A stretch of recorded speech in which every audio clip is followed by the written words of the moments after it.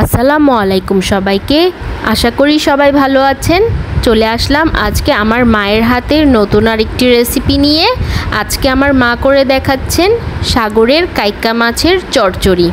এই মাছটাকে অনেকে কাকিলা মাছ বা কাইকা মাছ বলে। আপনারা কে কী বলেন অবশ্যই কমেন্ট বক্সে জানাবেন। প্রথমেই মাছগুলোকে কেটে খুব ভালো করে ধুয়ে পরিষ্কার করে নিয়েছেন। তারপর সামান্য একটু লবণ আর হাফ চা চামচ রসুন বাটা দিয়ে মেখে নিয়েছেন।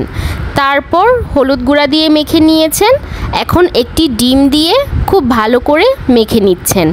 তারপর অল্প কিছুক্ষণ 10 থেকে 15 মিনিট একটু ম্যারিনেশন করে নেবেন। তারপর মাছগুলোকে খুব ভালো করে তেলের মধ্যে ভেজে নেবেন। একটু আলাদা আলাদাভাবে মেখে নেওয়ার কারণ হচ্ছে ম্যারিনেশনটা ভালো হয়। সব কিছু একসাথে দিয়ে মেখে নিলে কিন্তু ম্যারিনেশনটা একটু কম ভালো হয়। কিন্তু এভাবে পর্যায়ক্রমে প্রথমে লবণ, এরপর একটু রসুন বাটা, এরপর হলুদ গুঁড়ো, এরপরে ডিম, এইভাবে পর্যায়ক্রমে আলাদা আলাদাভাবে মেখে নেওয়ার ফলে ম্যারিনেশনটা ভালো হবে। এই তো মাছগুলো ভাজা হয়ে গেছে। এখন ওই একই তেলের মধ্যে 1 কাপ পরিমাণ পেঁয়াজ কুচি দিয়ে দিলেন। পেঁয়াজগুলো এখানে বড় বড় করে কেটেছেন। যেহেতু এটা চচ্চড়ি তাই পেঁয়াজের পরিমাণটা একটু বেশি লাগবে। পেঁয়াজ দেওয়ার পর সাথে সাথেই দিয়ে দিলেন হাফ চা চামচ আদা বাটা আর হাফ চা চামচ রসুন বাটা। তারপর সামান্য একটু লবণ দিয়ে একটু ভেজে নিয়েছেন, জাস্ট পেঁয়াজটা নরম হওয়া পর্যন্ত। তারপর এখানে কিছু গুঁড়া মশলা দিলেন। হাফ চা চামচ হলুদের গুঁড়া, হাফ চা চামচ মরিচের গুঁড়া, হাফ চা চামচ ধনে গুঁড়া, হাফ চা চামচ জিরার গুঁড়া। গুঁড়া মশলা দেওয়ার পার্টটা স্কিপ হয়ে গেছে, তার জন্য আন্তরিকভাবে দুঃখিত। এই তো গুঁড়া মশলাগুলো দিয়ে একটু ভাজা করে নিয়েছেন 1 মিনিটের মতো। তারপর দিয়ে দিলেন 1 টেবিল চামচ টমেটো সস। টমেটো সস দেওয়ার পর আরও 1 মিনিট ধরে ভেজে নিয়েছেন। তারপর দিয়ে দিলেন 1 কাপ পানি আর সেই সাথে ভেজে রাখা মাছগুলো এখানে দিয়ে দিলেন। তারপর মাছগুলো এই তো একটু নাড়াচাড়া করে মশলার সাথে মিশিয়ে নিচ্ছেন।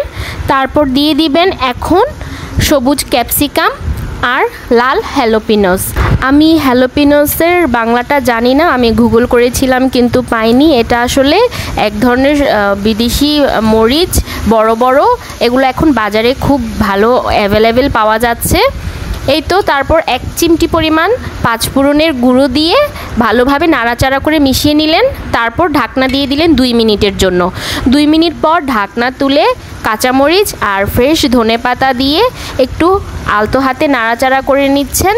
তারপর আবারও ঢাকনা দিয়ে শেষ 1 মিনিট রান্না করে নেবেন। ভিন্ন স্বাদের এই মাছের চচ্চড়ি রেসিপিটা এত মজাদার, আপনারা একবার ট্রাই না করলে বুঝতে পারবেন না। এটা যে শুধু কাইকা মাছ দিয়ে করতে হবে এমন কোনো কথা নেই। আপনারা অন্য যে কোনো মাছ দিয়ে কিন্তু এই চচ্চড়িটা করতে পারেন। এটা খেতে একদম 100তে 100। এই তো রান্না শেষ, পরিবেশনও করে নিলেন। এখন আমি আপনাদেরকে একটু খাইয়ে দেখিয়ে দিচ্ছি এটা কতটা সুস্বাদু হয়েছে।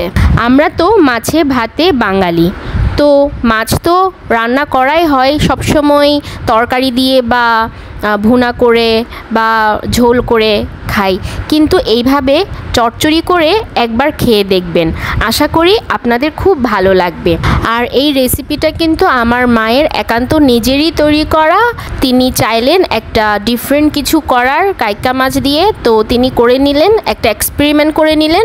আর এটা খেতে সত্যি অসম্ভব মজা হয়েছে। এই তো আজকের মতো এখানেই বিদায় নিচ্ছি। সবাই ভালো থাকবেন। আল্লাহ হাফেজ।